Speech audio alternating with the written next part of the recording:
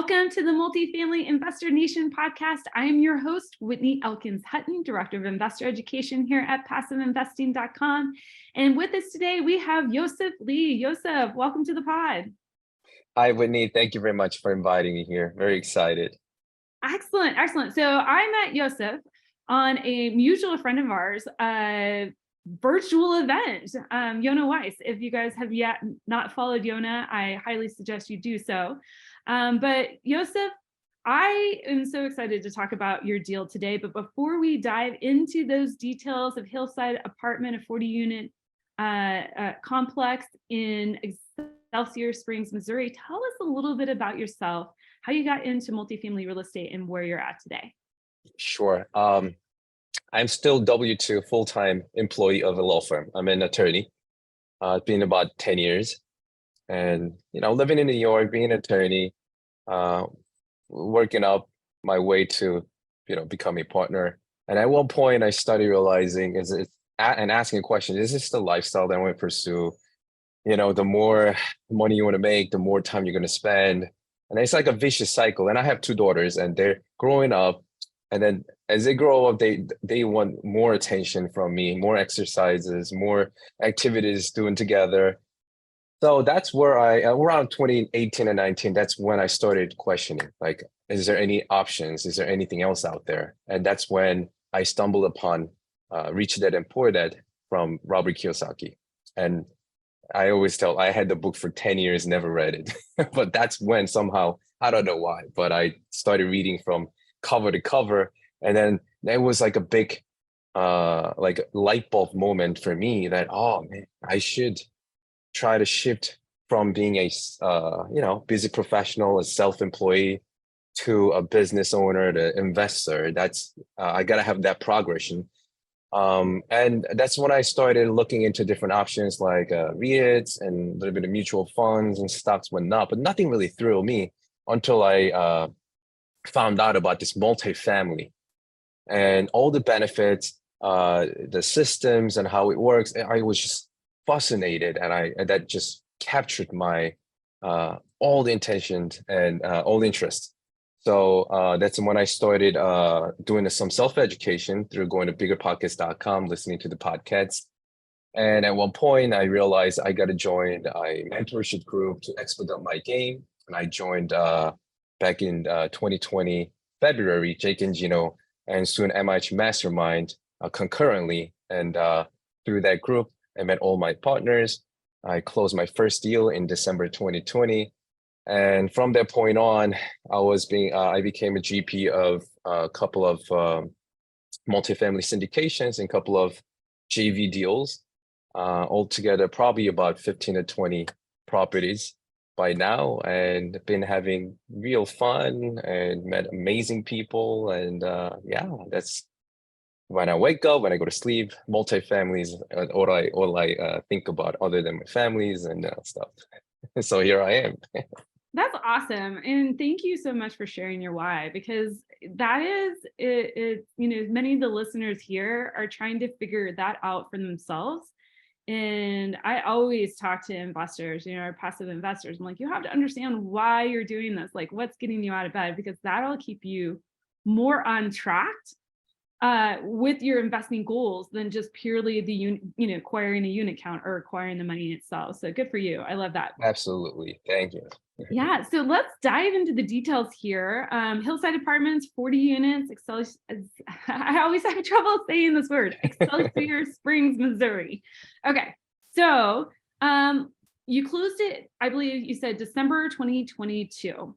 Okay. Yeah. So pretty fresh. Early December. It was like a December 2nd or 3rd of 2022. Yeah, so you had all the fun ride with the interest rates last year. So we'll get into the lending section of this, but let's back up that timeline a little bit.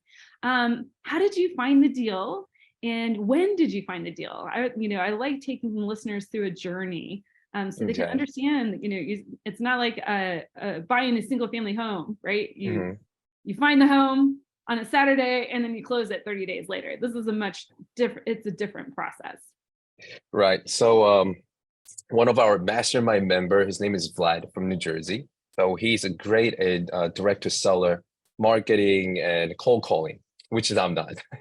He's been making a cold calls through this Coastal Reports, and then he ended up calling the owners in Kansas City area, right? And then he happened to speak to the owner of this property, Hillside. And in the beginning, the owner thought Vlad was like a, some type of spammer, right? So he got a call and then he hung up, and then his phone number was blocked because he was using his New Jersey phone number. So his phone number was blocked, and he realized it. So Vlad, through his other phone line, through Google phone numbers, he called the owner again, and then the owner picked up. So he said, "Hey, look, this is him again, and please do not hang up. I am legit guy. How can I prove that I'm legit?" And so having this series of conversations, and Vlad was able to build some rapport, right? And then he said, "You know what? We have a local partner in Kansas area. How about you meet my local partner?" So in the team, we have my local boots on the ground partner, Joe. So we have Joe met with the owner. They built the rapport. They really liked each other.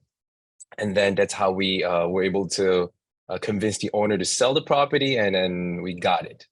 Later, the owner said to our team that, "Look, I own this property for like 20 plus years," and it was like his baby, right? He was obviously he was emotionally attached to the property, and he said he would have never sold it to anyone other than somebody from local. Like, I'm from New York, Vlad from Jersey. I have another partner from California.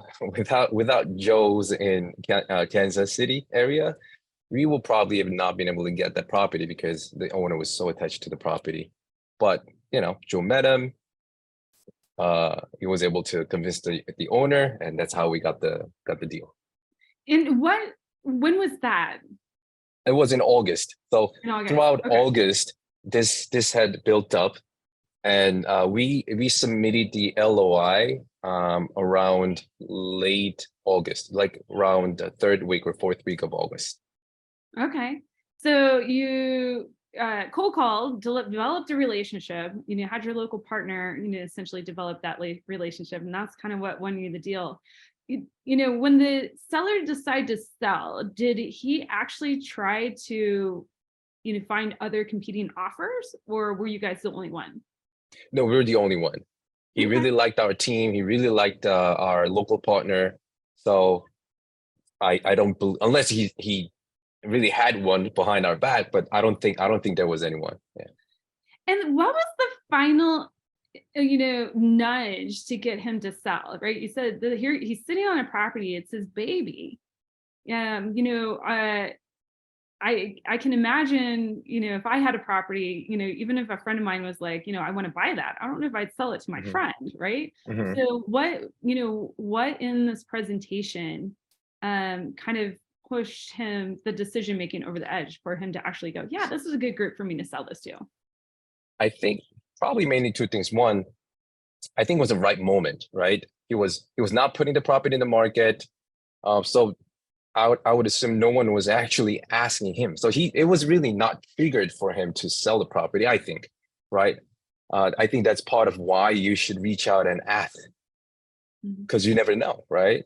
And what my partner did was the triggering event for him to think about, maybe it's time to move on, because he was kind of elder side. He was thinking about retiring and all that, and he was managing himself and with his son. So I think that was probably the triggering moment that he was able to be convinced to sell the property. And second, we have a good track record, so we were not like somebody who was just trying to buy this property and probably assign it to someone else. We told them we are the closers. We actually closed another deal in September. So we told them we just closed a deal in September. And but that's around the time, because I think we told them we were closing a deal in September soon. So, and throughout the due diligence period, we had another deal that we were trying to close too. So, and we had a track records from other deals. So we show them this is our team and we have track of records, and we're not going to assign this to someone else. We will be the owners of the property and we'll take care of that. Awesome. All right. Okay. So what did you you put in your LOI? What did you get it under contract for? So the asking price was 2.4 million, and we got it for 2.2 million. Okay. And what And kind of asset class is this? You know, A, B, C. I'll say C plus class type of workforce housing. Very nice tenants. And what was the potential that you saw in this property? What kind of business plan were you guys thinking Um, about? right. First of all, it's fully occupied, right? It's fully occupied and just generating cash. There were some deferred maintenances for definitely this upside. Rent, I believe, was in average about $590 per month per unit. And around through the comps, we were able to find the market rent is about 750 there. So we had a good upside there, and that's mainly the reason why we wanted to pursue this property. All right. Okay. So you guys, your LOI is accepted. How did you structure the deal? What was the structure of the timeline? We had 30 days due diligence, and then we could extend the closing should have happened, I think, within like 10 or 20 days after the due diligence is done. We were able to extend the closing another 30 days by putting down $10,000 EMD. So initial EMD was 20,000, and by paying 10,000 additional EMD, we could push 30 days for another closing time. And was the EMD hard? The earnest money, was that hard with signing of the contract, or did that go hard after due diligence? After due diligence. After due diligence. Okay, so you had 30 days to perform your due diligence. At that point in time, 20,000 went hard. You had 10 to 20 days to close the property, and then if you needed to extend, you had to put another 10,000 down hard in order to extend. Yes. Okay. Yes. Awesome. So, at what point in time did you walk the property? Like, did you walk the property? Did you get access to the property before, signed purchase sale agreement, or did that all happen during the due diligence period? Well, my local partner Joe walked the property before signing the purchase sales agreement, so we were able to see some, exteriors and some deferred maintenances. But after signing the PSA, we sent a physical inspection out so that we could see what's going on in the property. Well, tell me how that went. How did the physical due diligence go? There's always fun things that pop up. So tell us how that went. Okay. Overall, we didn't really have anything major concerns on this property as we go through the physical inspections. So we have property manager who also provides due diligence service that's managing another property of ours. And then we told him, this is the property that we're going to acquire. We want you to manage this one as well. But he said, okay. So we used his service. So he went down to the property and he did inspections. There were some, deferred maintenances of roof and gutters and air conditioners and all that, but nothing major. So he came back and saying, well, there's some deferred maintenances, obviously, given the vintage of the property, which is 1970, I think 2 or 29, but it's 1970s. But overall, it's a great property, stabilized. So we said, great, like it. Okay. And how did the financial due diligence go? Were there any surprises there? Not really. T12, they provided T12 rent rolls and lease audits. This property overall was smooth due diligence with this one. So I don't really recall spotting any major issues with the financials. But one thing that we had spotted on was when we do the legal due diligence on deeds and easements, we found a declaration that was executed in 1991. Purported to create a co-op housing association through this property.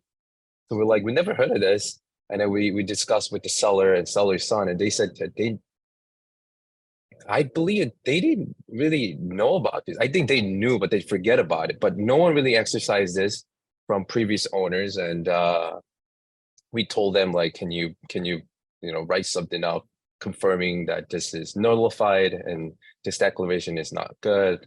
And I think we believe we had a confirmation and through our attorneys and we recorded to the county. Awesome. So And it's you being nullified. a attorney yourself, I mean, that probably, you had a little bit of leg up there in order, I'm sure, to be able to read all the legalese and do, Mhm. a lot of that due diligence as well. Yeah, that's pretty much my job to go through all the easements and deeds and or anything that's related to legal or communication with the councils. Buyer's attorney, seller's attorney, lender's attorney. That's my job to streamline the process. Well, and that I would see as a strength, right? Because most people would get, a 50, 60 page document that's written in legalese and just go, I don't know what this is. Like, so good Yes, for yes, you. I put that as my value. Yeah. Well, let's talk about that, right? Because you guys did not raise money for this deal. This was a joint venture. And so how did you guys structure that amongst the partners? So we have core team members that we've been closing deals together. So this deal, we had 4 core members, and then each core members could bring in, if they wanted to, somebody under them so that they could, well, in a way that we could say we raised some capital, because as a core members, we put our own money, but also we raised, so overall, we raised about $700,000, right? Out of that, I think half was from our core members, and about other half was through like I believe one of the partners brought in his sisters, and another partner brought in his mother thing as creating an LLC. So we had holding LLC, and underneath it we had member LLCs, and some of the member LLCs had new members. So it was a newly formed LLCs to come into as a member of this holding LLC. And then we agreed to have 80-20 equity split upfront. So the 20% of equity was assigned for the general partners, the main JV partners. And then the 80% was equally divided based on the money, right? So we, as a general, like a main JV partners, we had 2 tiers of equity. One from just being the main member, from the 20%, and then the 80% based on our money went into the pool of 80% of equity. So that two tiers of equity combined was mine. Awesome. And I think that's a really, a good description, especially for kind of a smaller deal or more, a deal that's better suited for JV partnership as opposed for like a larger capital raise. There's, you guys, you illustrated it really well that, you can structure this and still, bring in some money to fill in from, essentially family and friends as your limited partner. Well, let's get into it because so that money comes in, right? Did you guys take out lending for this? Yes, we used one of the local community banks that we have used before for other deals. So we had relationship with this bank. So before, around the same time we submit LOI, but before we spoke to the lender, and then the lender gave us the pre-approval letter for the purchase price. And then we submitted the LOI with that pre-approval letter together to show the owner that, we're serious and we have lending lined up already, and then we could close. Awesome. To solidify the deal. Yes. And so your LOI was at 2.2, correct? Yes. Okay. And so what were your lending terms? So the lending, I believe, the down payment was 550,000, and we raised 700 to cover the closing cost and some capex reserve. The loan term was 75% loan to cost. The principal was about 1.8 million, 5-year term, and the interest rate was 6.25. And then we had 18 months of interest only period. And was that a fixed rate interest rate? It was fixed interest rate, yes. Okay.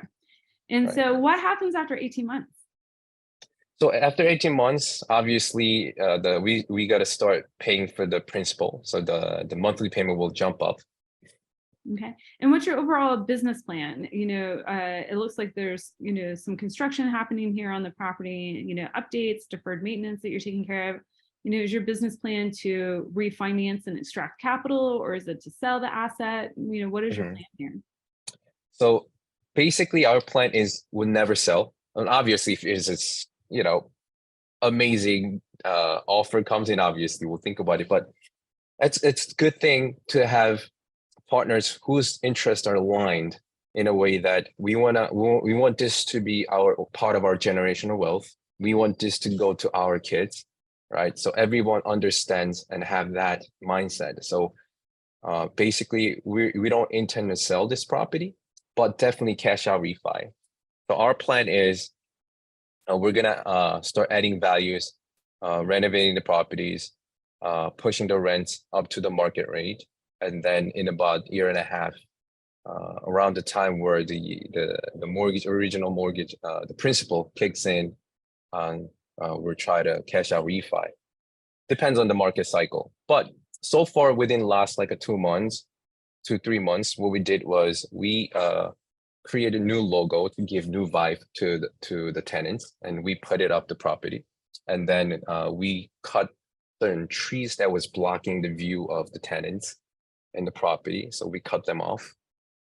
And also we ordered a new signage with the new logo, so it's coming. And couple of business plans that are ongoing is we're renovating 1 bedroom units. Like I said, it was fully occupied. One unit was occupied by the on-site maintenance guy who wanted to leave after this new acquisition. So he left, and we have that unit empty, but we're renovating it, turning that into like a model unit so that we could show people who are interested in the property, and then also to use it as an office for the property managers. So we're turning that. And we will be renovating the laundry room soon. And then we're gonna have an exterior painting soon. So that's part of our ongoing business plan. And that way, just add some values to the property, tell the tenants that it's a new management. And like I said, the average rent was 590. We're targeting to push that to at least $700 for the next like a year or two, so that by the time we could apply for the refi. So for the refi, you have your initial lending terms, right? The 18 months, then the principal pay down portion starts kicking in here. Do you have any lockout periods or prepayment penalties on this loan? For this loan, no, there's no prepayment penalty for this. Okay, awesome. All right, so it sounds like this was a pretty smooth transaction, but I'm sure there's there's some other things in the that we could uncover here. But so my wrap-up questions for you are, what did you think was going to be easy that actually ended up being a bit challenging? And then what did you think was going to be challenging that actually ended up to be smoother than you thought? Okay. During the negotiation, like after put things in the PSA and after execution of PSA, throughout due diligence, we had a conversation with the seller, and we had a chance to turn this into like a seller financing. So we were having that discussion over and over, but it didn't work out later. So we ended up just going through the finance, like traditional finance way. But I think had we thought about it earlier, and then maybe before putting things in the PSA and had that discussion started, we were probably able to get that seller financing done that way. So probably that's one thing that I thought, oh, maybe we should have started that discussion earlier. But other Okay. than that, as you said, it was a pretty much smooth transition throughout the entire stage. So yeah, I was quite happy about that. Awesome. Well, Yosef, thank you so much for sharing your knowledge and experience here with us today. If listeners wanted to reach out to you, how can they best reach you? I try to be very active on social media. You can find me on Facebook, LinkedIn, Insta, even TikTok. I tried my TikTok too. And the handle is all same, Yosef Yourbrosef. So YOSEFYOURBROSEF is my social media handle. Just look for me and DM me. I love to get on the call, network, and just get to know you. So reach out to me. Awesome. Well, again, thank you. Thank you, Yosef. We look forward to hearing about your future deals. Thank you very much, Whitney, for having me today.